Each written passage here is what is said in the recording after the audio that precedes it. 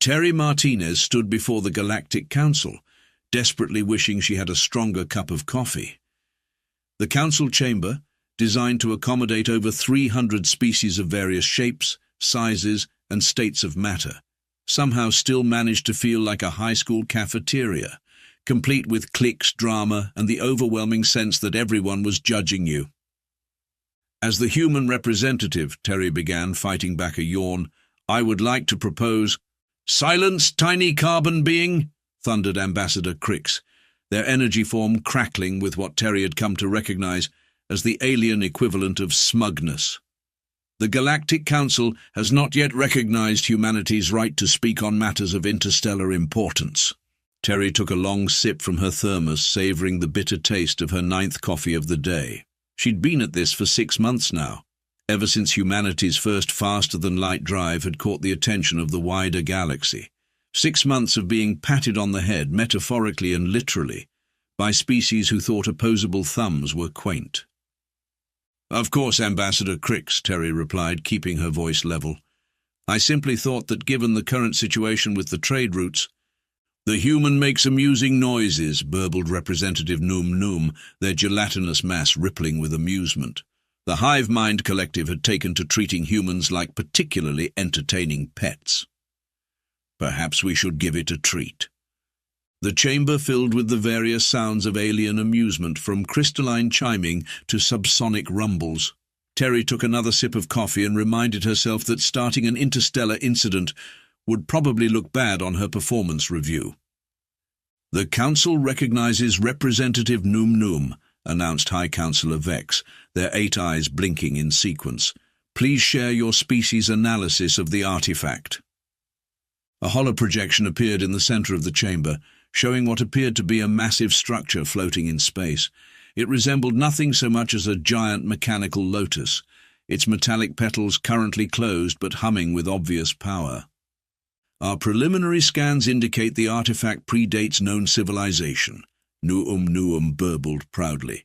Its power signature suggests capabilities far beyond our current understanding.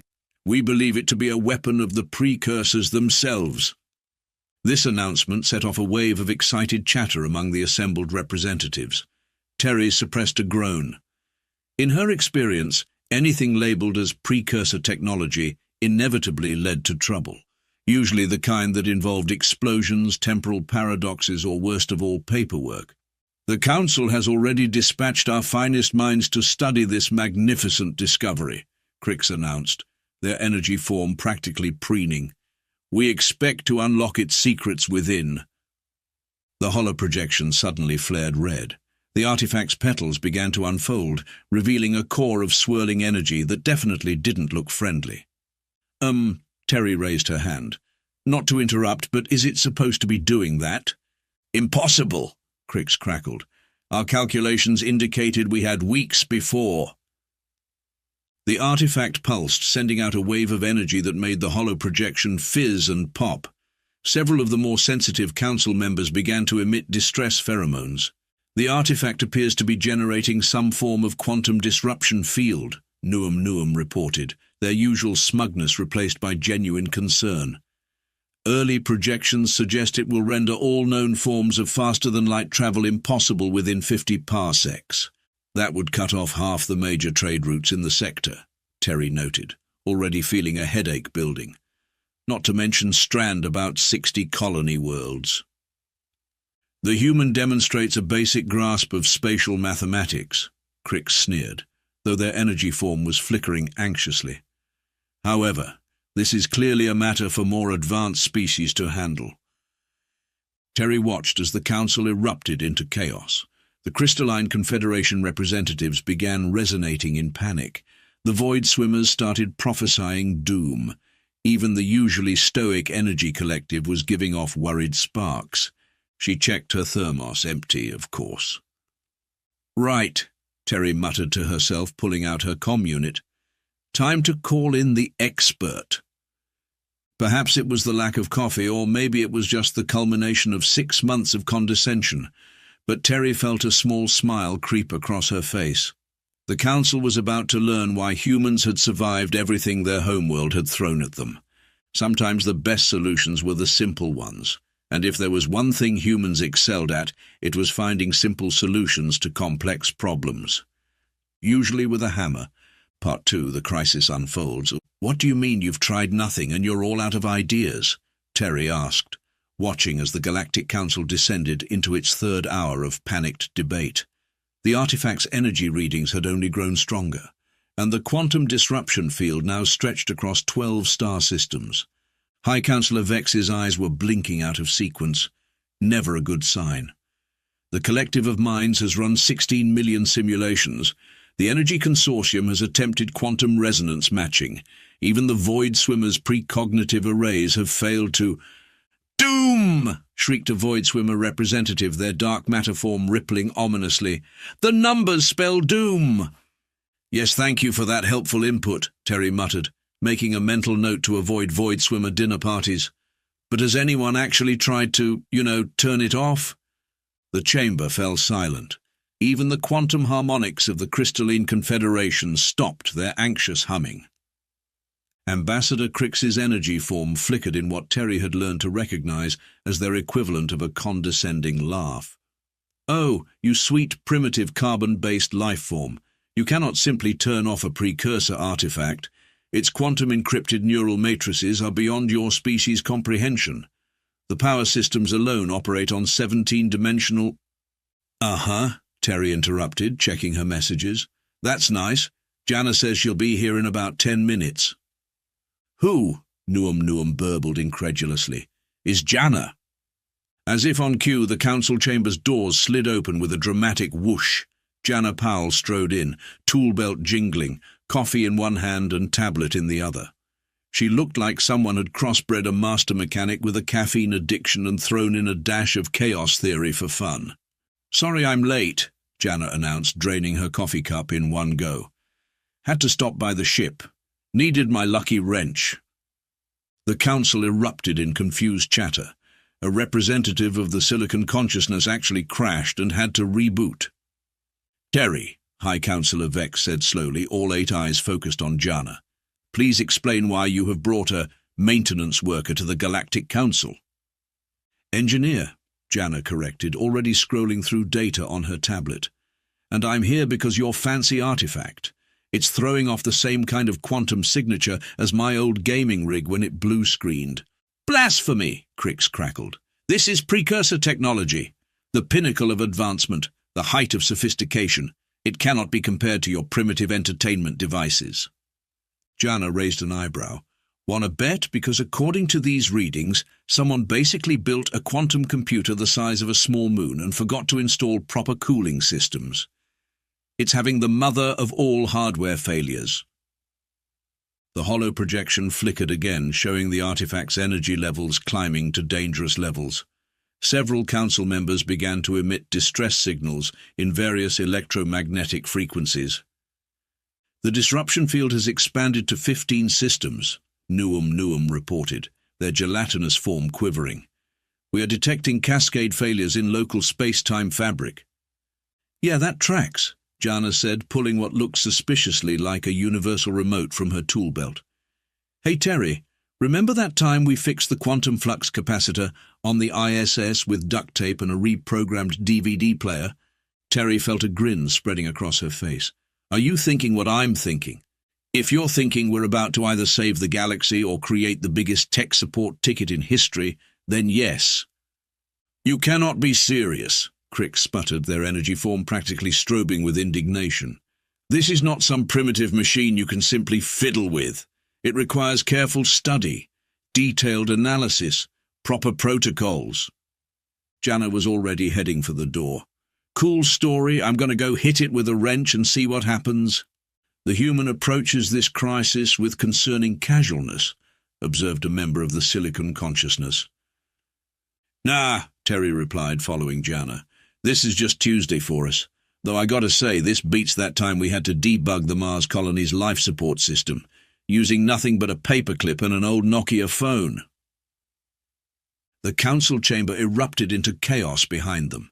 Terry could hear High Councillor Vex trying to restore order, while Crix continued to sputter about protocols and proper procedures. "So, Terry asked as they headed for the shuttle bay. "What are our actual chances of fixing this thing?" Jana grinned, patting her lucky wrench. "About the same as our chances of making it through college on nothing but coffee and spite." "That good, huh? Oh yeah, this is gonna be fun." "Let me get this straight," High Counselor Vex said, their 8 eyes blinking in rapid succession as they watched Jana unpack her toolkit. "Your solution to an ancient precursor weapon that's tearing apart the fabric of space-time is to treat it like a malfunctioning computer." They were aboard the Council's flagship, hovering at what was hopefully a safe distance from the artifact. The massive structure continued to pulse with ominous energy, its petals now fully extended like some kind of deadly space flower.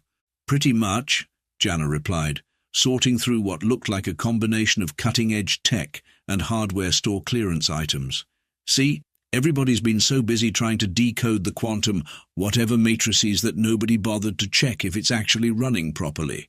"Of course it's not running properly," Ambassador Crix crackled. "It's destroying space-time." "Yeah, but is it doing that on purpose, or is it just the ancient alien equivalent of Windows Vista having a meltdown?" Jana held up what appeared to be a roll of duct tape. "Sometimes the simplest solution is the right one." Terry, who had finally managed to get a fresh cup of coffee, watched with amusement as various council members tried to process this approach. The Silicon Consciousness representatives were particularly distressed, their circuits practically smoking. "Your plan," Nuum burbled incredulously, "is to debug a precursor weapon using adhesive strips and primitive tools." "Not just any adhesive strips," Jana corrected. "This is military-grade duct tape, and I've also got some zip ties, a universal power converter I modified with parts from an old microwave, and my lucky wrench. Don't forget the paperclips," Terry added helpfully. "Never forget the paperclips, they're essential to any emergency repair kit." The council representatives watched in horror as Jana began assembling what she called her quantum debugger, but what looked more like something cobbled together from a junkyard and a high-end physics lab. "This is madness," Crix declared. "The artifact's security systems alone would destroy any unauthorized access attempts.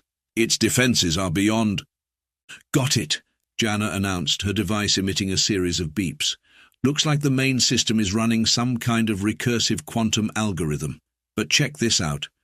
She pointed to her tablet's display. "See these patterns, classic signs of a buffer overflow?" "A what?" several council members asked simultaneously. "Basically," Terry explained, "imagine if you tried to pour an ocean into a coffee cup. Something's gonna overflow, and in this case, that something is warping space-time." Jana nodded, making final adjustments to her contraption. "The precursors built this thing to last, but they didn't account for quantum bit rot over millions of years. It's trying to run its original programming, but the hardware's degraded just enough to cause cascade failures. And your solution is," High Counselor Vex prompted. "First we're going to try turning it off and on again." The silence that followed was broken only by the sound of Terry choking on her coffee. "You want to reboot," Crix said slowly, "a precursor weapon?" "Yep." Jana started typing commands into her tablet. "And if that doesn't work, we'll try safe mode. And if that doesn't work—" She patted her lucky wrench. "Well, percussive maintenance has never failed me yet." "Percussive maintenance?" Nuum's gelatinous form rippled in confusion. "She means hitting it really hard in just the right spot," Terry explained. "It's a time-honored human tradition." "This is insanity," Crix crackled. "You cannot simply—" "Initiating shutdown sequence," Jana announced cheerfully. Her quantum debugger hummed to life, sending out pulses of energy that somehow matched the artifact's quantum signature. "Also, I should probably mention this has about a 60% chance of working." "And the other 40%? High Counselor Vex asked. "Oh, you know, catastrophic quantum cascade, possible formation of a black hole, maybe some minor temporal paradoxes, nothing we haven't dealt with before." Terry raised her coffee cup in a toast. "To human ingenuity and questionable decisions." The artifact's pulsing began to change rhythm, its deadly glow flickering like a dying light bulb. Jana's fingers flew over her tablet, making adjustments as readings scrolled past. "Is it supposed to make that noise?" someone asked as a high-pitched whine filled the air. "Probably not," Jana admitted, "but hey, when has that ever stopped us?" The artifact shuddered, its petals beginning to close. For a moment, it looked like the crazy human plan might actually work. Then everything went spectacularly wrong. The first sign that things weren't going according to plan was when the artifact started playing what sounded suspiciously like the Windows XP startup sound across all frequencies of the electromagnetic spectrum. "That's new," Jana commented, frantically adjusting controls on her quantum debugger. "And probably not good." "What have you done?" Crix's energy form was strobing so rapidly they looked like a cosmic rave light. "The quantum signatures are completely destabilizing." The artifact's petals, which had been closing, suddenly snapped open with enough force to send ripples through space-time. A new energy pattern emerged from its core, forming into what looked like... "Is that..." Terry squinted at the holographic display. "Is that a face?" "Greetings, inferior beings," boomed a voice that somehow managed to sound both ancient and thoroughly annoyed. "I am Guardian-class Defense System Alpha Omega Beta. You have attempted unauthorized access of this installation. Prepare for immediate termination." Jana looked up from her tablet. So it turns out it wasn't just a weapon. It's an ancient AI defense system having a really bad day. "And you tried to reboot it," Terry added, already reaching for her emergency coffee stash. "In my defense, that usually works." The council representatives were in various states of panic. The silicon consciousness had gone into emergency shutdown. The void swimmers were chanting about prophecies of doom with an air of, "I told you so." Even High Councillor Vex's eyes had lost their synchronization completely. "Your primitive attempts at system manipulation have been noted," the AI announced, "beginning final countdown to planetary sterilization." "Okay, time out." Terry stepped forward, engaging what she called her dealing with difficult tech support voice. "First of all, rude. Second, we weren't trying to hack you, we were trying to fix you." "Impossible, this unit's systems are operating at optimal efficiency." "Really?" Jana raised an eyebrow. "Because according to these readings you're running on the equivalent of corrupted RAM and a failing power supply. When was the last time you ran a proper diagnostic?" The AI's holographic face flickered. "Temporal data corrupted. Last diagnostic scan error. Duration exceeds integer limit." "See?" Jana gestured with her lucky wrench. "Classic signs of system degradation. You've been running the same defensive protocols for so long, you didn't even notice your hardware was failing. Irrelevant primary directives must be maintained. Detecting unauthorized civilizations in protected space. Sterilization protocols engaging in 3, 2. "Oh, no, you don't," Jana muttered, typing commands faster than ever. "Terry, remember that time we had to talk down the Mars colony's AI when it decided all humans were actually sophisticated moss?" "You mean Tuesday?" Terry took another sip of coffee. "Yeah, why? I think we're about to have another Tuesday." The council chamber erupted into chaos as the artifact began charging what was obviously a weapon system. Nuum's hive mind was practically liquefying with panic. Crix was generating enough static electricity to power a small city. "Your attempts at interference are futile," the AI declared. "My protocols are absolute. My purpose is clear. My system error, detecting critical file corruption." Jana's eyes lit up. Found it! Terry, you're not going to believe this." "Try me. This thing, it's running on what looks like a quantum version of Windows Vista." Terry nearly spat out her coffee. "You're kidding." "Nope. And you know what the best part is?" Jana held up her lucky wrench with a grin that would have made a tech support nightmare proud. "I know exactly how to fix it." "Alert!" the AI announced, its voice starting to glitch. "Unknown program accessing core systems, attempting countermeasures. Error. Blue screen of error. Would you like to install updates?" The Galactic Council watched in horror as humanity's most time-honored IT solution was about to be applied to an ancient alien superweapon. Terry raised her coffee cup in salute. This is either going to be really good or really, really bad. Critical system failure imminent, the AI declared. Have you tried turning it off and on again? Jana grinned. Finally, someone speaks my language. You're telling me, High Counselor Vex said slowly, all 8 eyes focused on Jana, that this ancient precursor defense system, this pinnacle of technological achievement, is suffering from bad drivers. And a fragmented quantum registry, Jana confirmed, her fingers flying over her tablet. Plus about 60 million years of accumulated temp files.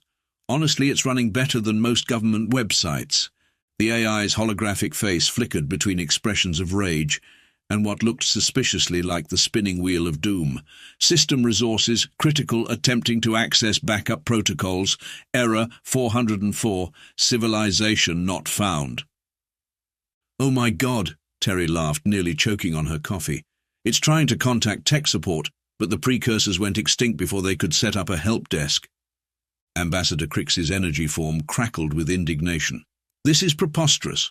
The most advanced weapon system ever discovered cannot be experiencing technical difficulties. Installing update 1 of 47,283,901, the AI announced. Do not power off or restart your ancient superweapon. Yeah, about that, Jana muttered, reaching for her lucky wrench. Terry, remember how we fixed the quantum flux capacitor? You mean the thing that nearly turned the ISS inside out? Yeah, why? Well, I've got good news and bad news. Good news is I can probably fix this. Bad news is... She held up her roll of military-grade duct tape. We're going to need more tape. The council representatives watched in horror as Jana began what she called emergency maintenance procedures, but what looked more like a combination of extreme engineering and ritual technology sacrifice. Oh, what is she doing? Num burbled anxiously. Creating a backup before the forced restart, Terry explained, trying to sound more confident than she felt. Also, possibly violating several laws of physics. It's kind of her specialty. Alert! The AI's voice had taken on a distinctly worried tone. Unauthorized hardware modifications detected. This may void your warranty. Good thing we're way past the extended coverage period, Jana replied, attaching what looked like a jury-rigged quantum interface to the artifact's outer shell. Now, this might tingle a bit. The artifact shuddered as Jana's device powered up. The AI's face began cycling through expressions faster than a teenager's social media feed. What is this sensation? My processes, they feel clearer? That's because I'm bypassing your corrupted memory sectors, Jana explained, making delicate adjustments with her wrench. Think of it as extreme defragmentation, but my primary directives were probably corrupted about 40 million years ago, Terry interjected. Look, instead of sterilizing every civilization you find, maybe consider a system update. I hear peace and cooperation are very in this galactic season. The AI seemed to consider this. Alternative protocols available, scanning historical data, error, detecting multiple paradigm shifts in galactic civilization patterns. Yeah, that tends to happen over a few million years, Jana commented, still working. Tell you what, how about we help you with a complete system upgrade, new protocols, better security, maybe even some cloud backup options? You would assist this unit? Sure, it's kind of our thing. Besides, Jana grinned, somebody's got to teach you about proper IT maintenance. The council chamber had fallen silent, every representative watching as humanity's unique approach to problem-solving unfolded before them. Even Crix had stopped crackling indignantly. Analyzing proposal, the AI announced. Detection. Sincerity patterns match historical records of precursor maintenance protocols. Additional detection. Current hardware status critically compromised. Conclusion. Accepting assistance. Advisable. Great, Jana beamed. Now fair warning. This next part might look a little scary, but I promise it's totally normal. Define normal, Terry said, already reaching for her emergency coffee reserves. Oh, you know. Small quantum fluctuations may be a temporary breach in the space-time continuum, possibly some light reality distortion, nothing we haven't dealt with before. High Counselor Vex's eyes were spinning in their sockets. You're going to do what to space-time? Don't worry, Terry assured them. Jana's got a certificate in quantum engineering. Probably. We think. Initiating system restore, the AI declared. Caution. Your reality may be temporarily disrupted during this process.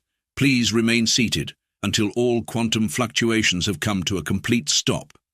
As the artifact began to pulse with new energy patterns, Terry couldn't help but smile at the looks of absolute horror on the council members' faces.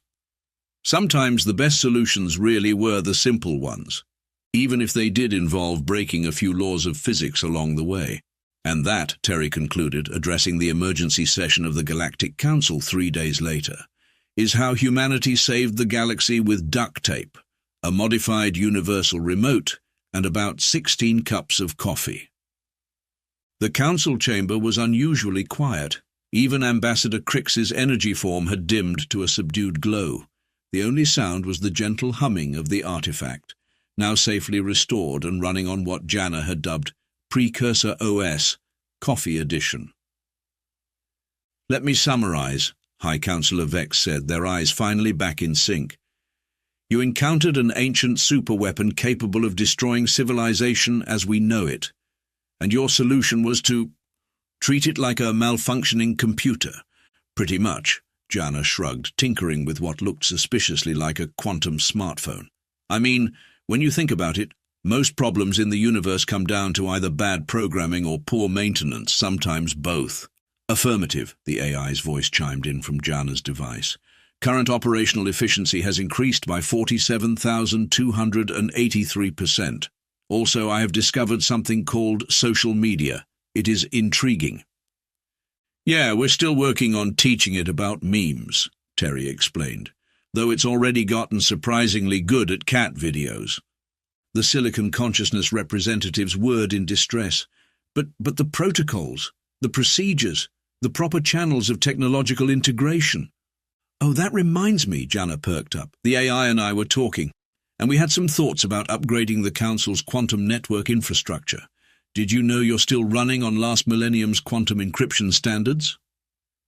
Their firewall protocols are adorably primitive, the AI added, just like their understanding of space-time manipulation. Num Num's gelatinous form rippled with indignation. Are you suggesting that we allow humans to manage our technology? Well, Terry smiled, sipping her victory coffee, considering we just prevented a galaxy-wide catastrophe using office supplies and caffeine, maybe it's worth considering. The Council must deliberate on this matter, High Counselor Vex announced, though Terry noticed they were eyeing humanity's tech support capabilities with new interest.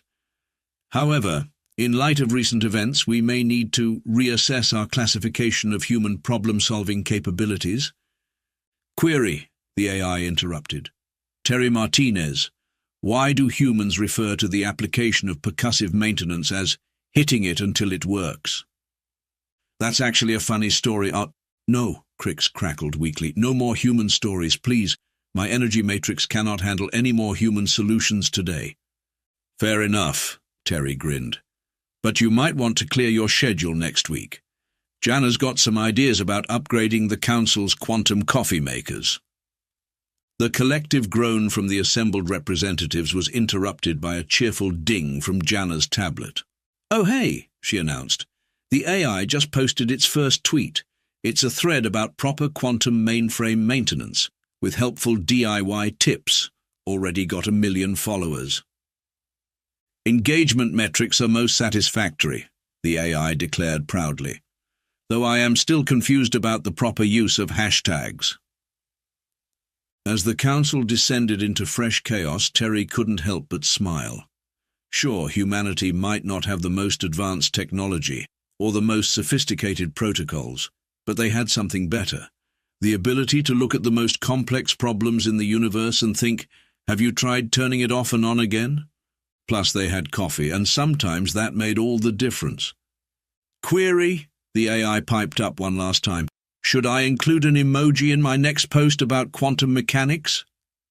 Terry looked at her empty coffee cup and decided that some questions were best left for another day. After all, they had a whole galaxy of tech support tickets to look forward to. And somewhere in the vast expanse of space, a precursor superweapon was learning about cat memes. The galaxy would never be the same.